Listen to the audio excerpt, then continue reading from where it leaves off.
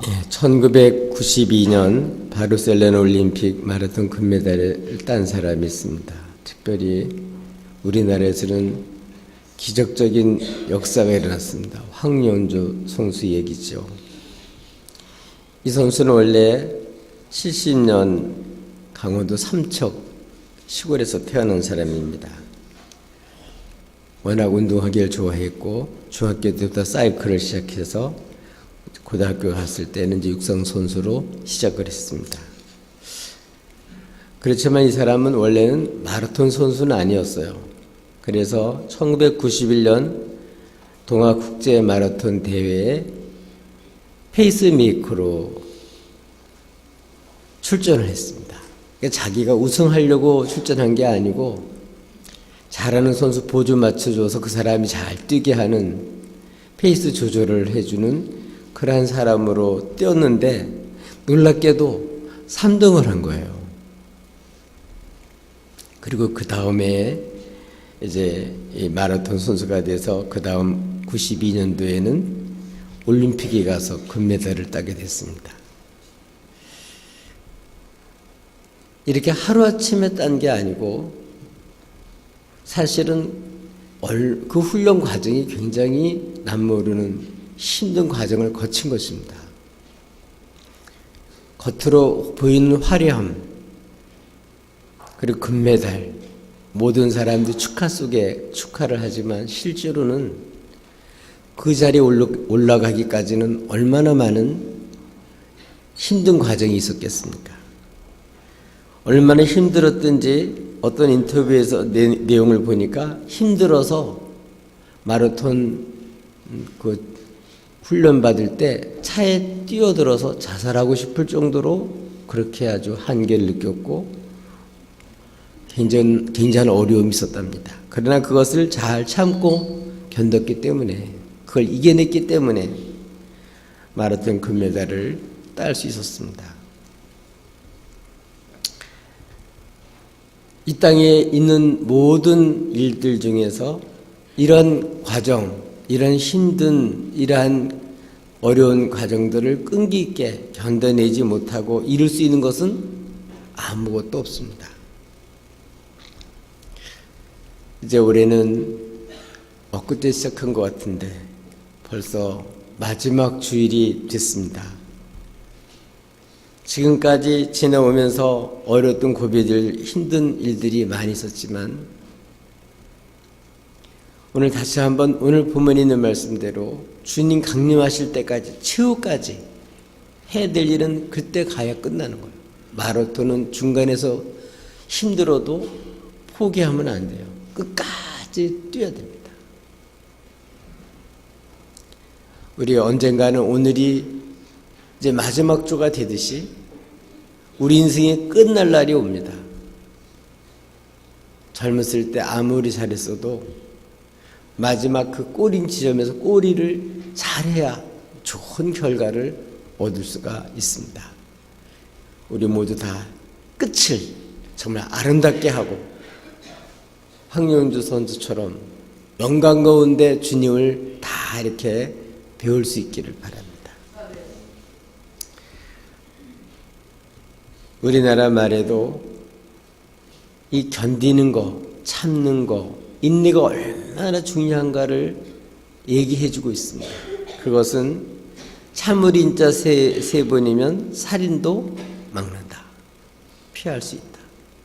막 마음에 한계를 느끼고 울분이 올라오고 분노가 치올를 때 그때 3번 잘 참으면 일 저지르지 않고 오히려 전화위복이 된다는 얘기입니다. 세상 삶 속에서 이렇게 인내가 끝을 아름답게 하는데 굉장한 역할을 합니다. 신앙생활도 마찬가지입니다. 우리는 다 믿음의 경주를 하는 사람입니다. 힘들다고 중간에서 포기하지 말고 끝까지 최선을 다해서 한기가 올 때도 그때도 낙심하지 말고 그때도 우리가 끝까지 견디면서 우리 하나님 허락한 그 기간에 우리에게 주신 그런 다름질을 잘 해야 될 줄로 믿습니다.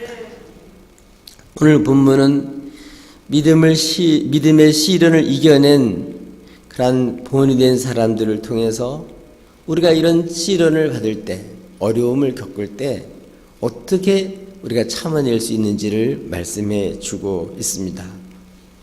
저와 여러분도 정말 어려움이 와서 견디기 어렵고 모든 거 다 놓고 싶고 마음속에서부터 이렇게 이제는 끝이다 그렇게 생각될 때 그때 잘 참고 이겨내서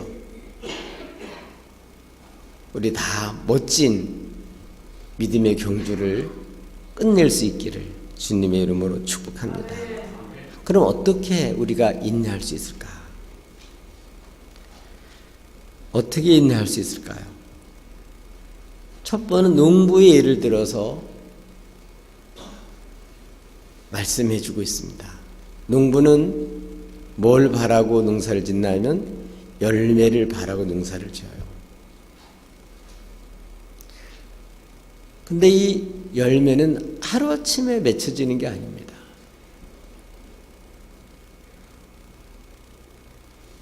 때때로는 농사를 지을 때 가뭄이 들 때도 있고 태풍이 불 때도 있고 또는 여러 가지 악조건이 생겨서 농사를 거의 망치는 정도가 있을 수도 있습니다.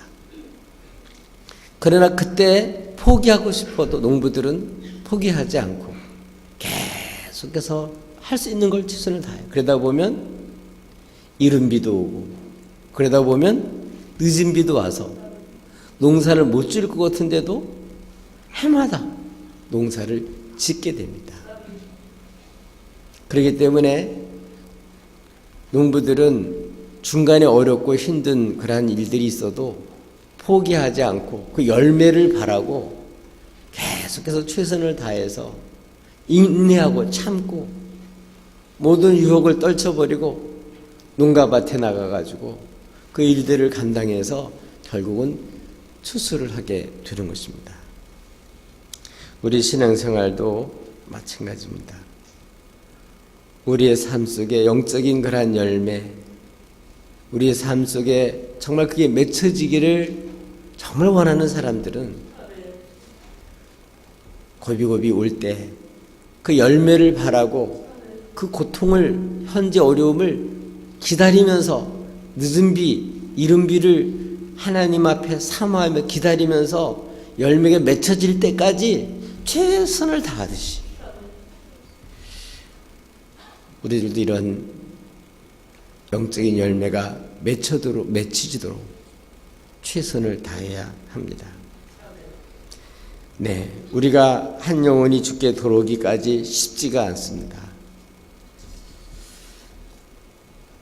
여러분 잘 아시는 어거스틴 같은 경우는 세계적인 2000년에 한 번 나올까 말까한 위대한 사상가이고 그래서 앞에는 성자라고 하는 어거스틴이 이름은 그 앞에 성자가 붙을 정도로 그렇게 위대한 그런 인물이 됐습니다. 근데 사실은 이 어거스틴은 16살 때부터 방황을 했어요. 집을 나가고 마니교라고 하는 사이비에 끌려가고 처녀를 만나서 아이를 갖게 하고 19살 때 그리고 부모의 속을 많이도 썩였습니다. 그 어머님이 눈물로 기도하고 하나님 앞에 간구했습니다. 포기하지 않고 그렇게 했는데 결국 33살에 돌아왔어요. 그래서 위대한 성 어거스틴이 됐습니다. 몇 번 전도해보고 몇 번 타일러보고 안 되면 싸게 노래. 우리 아들은 틀렸어. 우리 딸은 틀렸어. 이렇게 우리가 중간에 포기해서는 영적인 열매를 맺을 수가 없다. 끝까지 포기하지 않고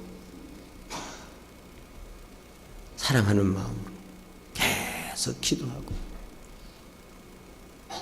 죽음에 이르는 그러한 죄가 아니면 하나님 앞에 포기하지 않게 기도하면 주의 뜻대로 구하는 그 기도를 하나님 들으시고 회개하고 돌아오게 해주실 줄로 믿습니다. 우리가 요새는 너무 편하게 삽니다.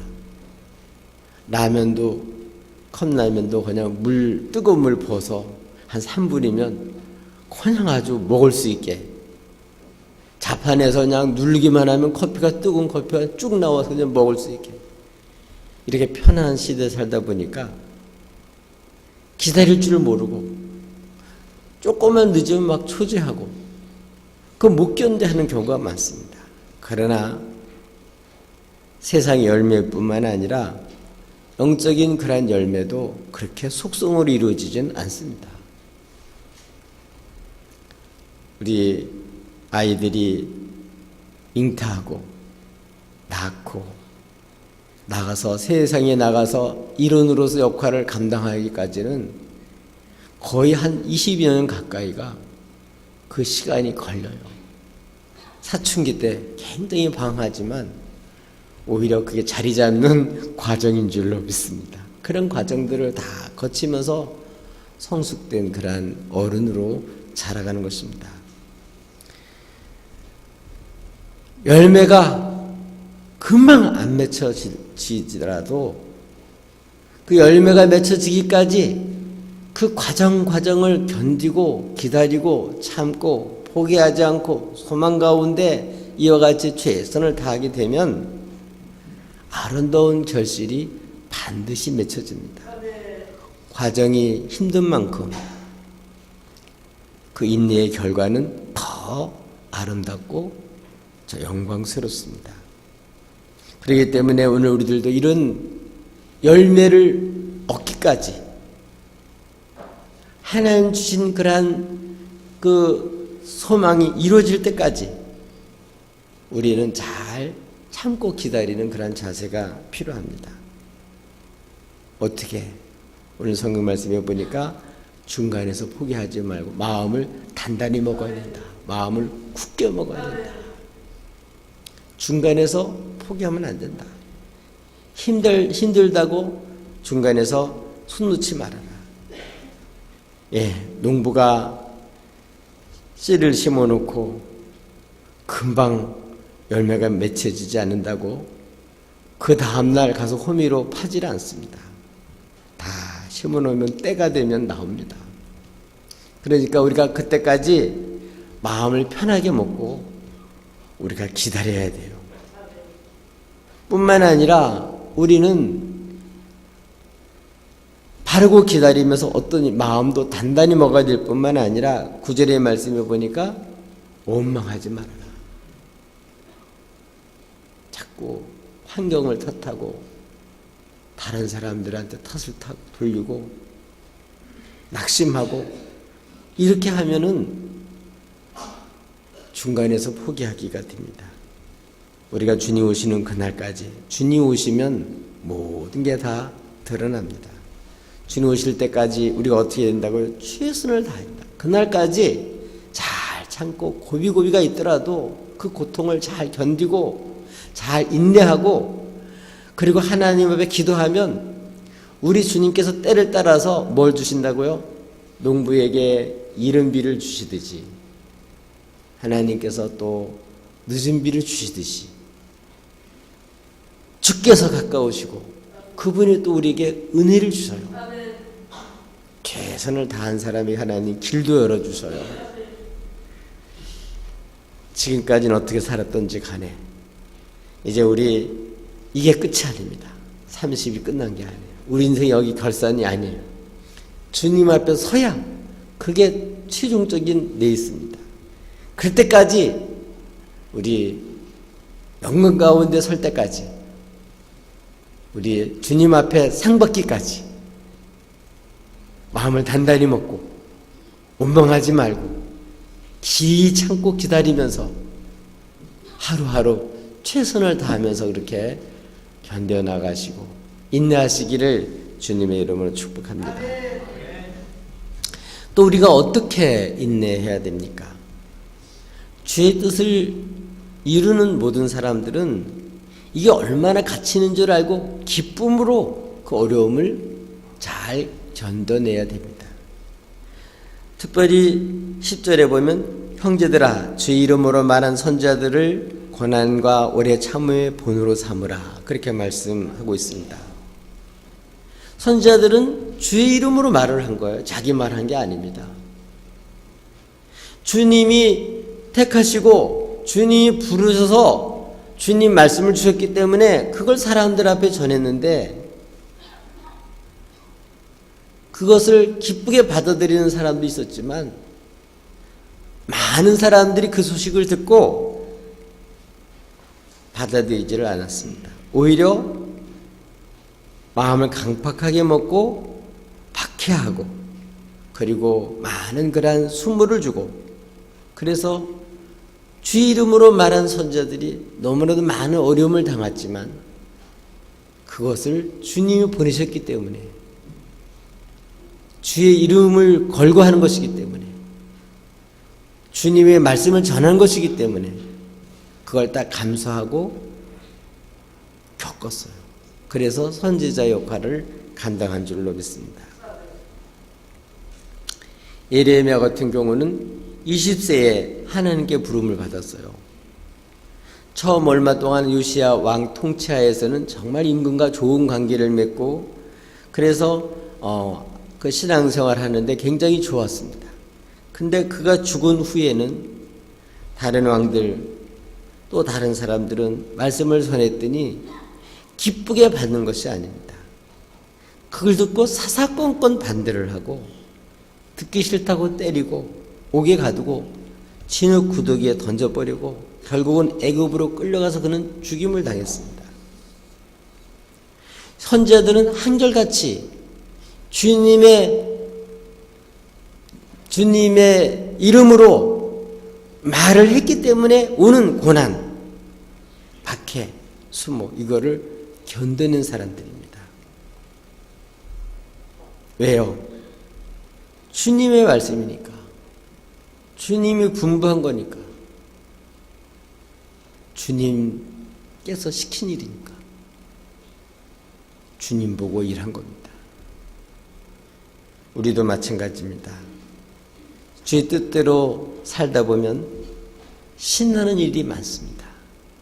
보람 있는 일이 많습니다. 영혼들이 구원받고 기도가 응답되고 아름다운 믿음의 사람들을 만나서 함께 멍에를 메고 교제하는 기쁨은 말할 수가 없습니다. 그러나 주님 뜻대로 그렇게 사는 그러한 삶은 다 고난이 따르게 돼 있습니다. 예, 복음을 전하면 사람들이 기다렸다가 쌍수 들고 환영하는 사람 그렇게 많지 않습니다. 어쩌다가 더러더러 있긴 하지만 대개의 경우는 벌레 씹는 것 듯한 그런 얼굴 표정으로 복음 전하는 그런 사람들을 마치 문전박대하는 그러한 모습들을 우리는 보게 됩니다. 속으로 또는 겉으로 당신이나 잘 믿으시오. 너나 잘해. 그런 말투와 태도로 이렇게 많은 그러한 문전박대뿐만 아니라 자존심을 상해할 때가 많습니다.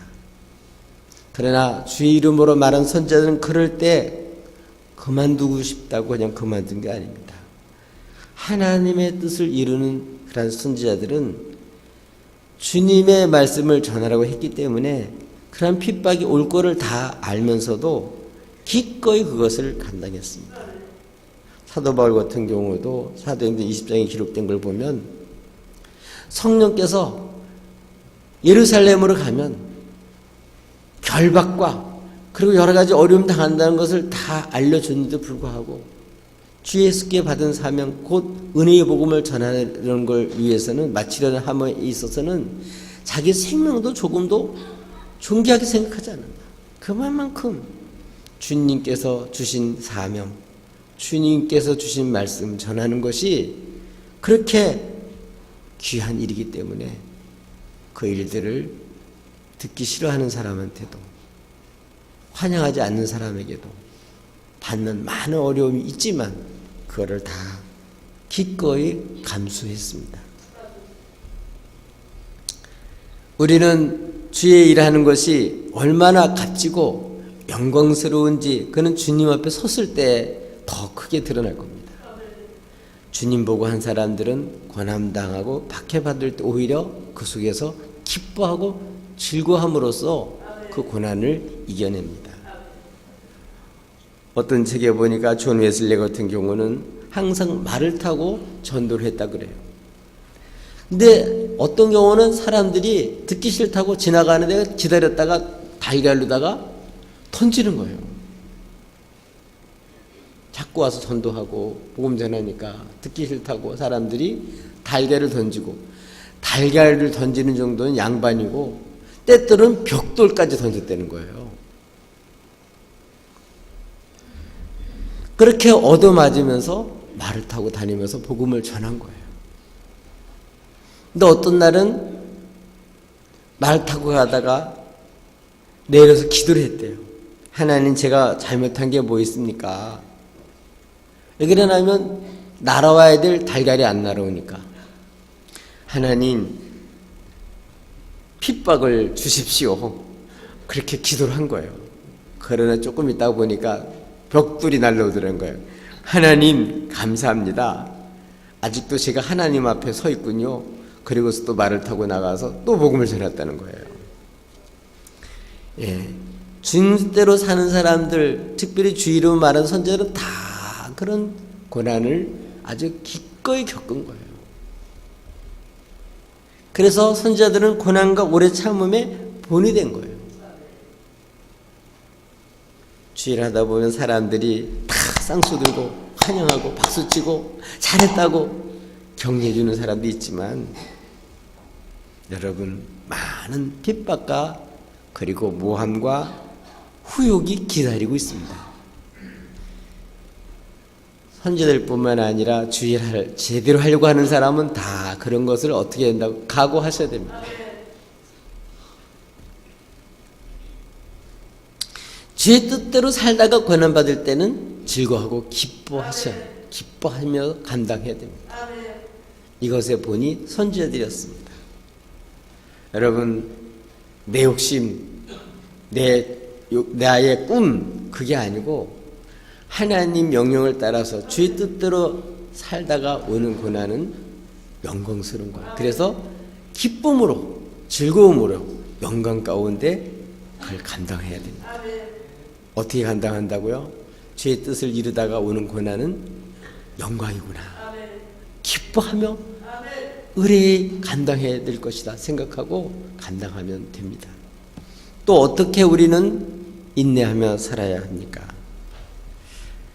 우리는 어떤 환경 속에서도 주님을 사랑하며 우리는 인내해야 합니다.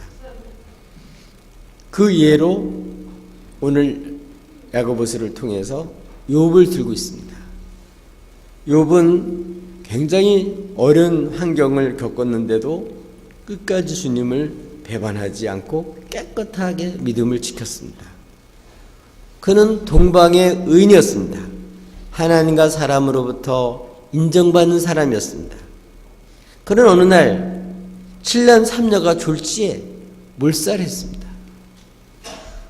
양 7천, 낙타 3,000마리, 소 500마리, 암나귀 500마리, 많은 종들이 일시에 완전히 잃어버렸습니다. 자기 몸에는 머리부터 발끝까지 병들었고 기와자는 긁지 않고는 견딜 수가 없는 지경이 됐습니다. 아내는 이래도 하나님을 경외할 거냐, 나가서 죽어라. 그리고 모욕을 하고 집을 가출해버렸습니다.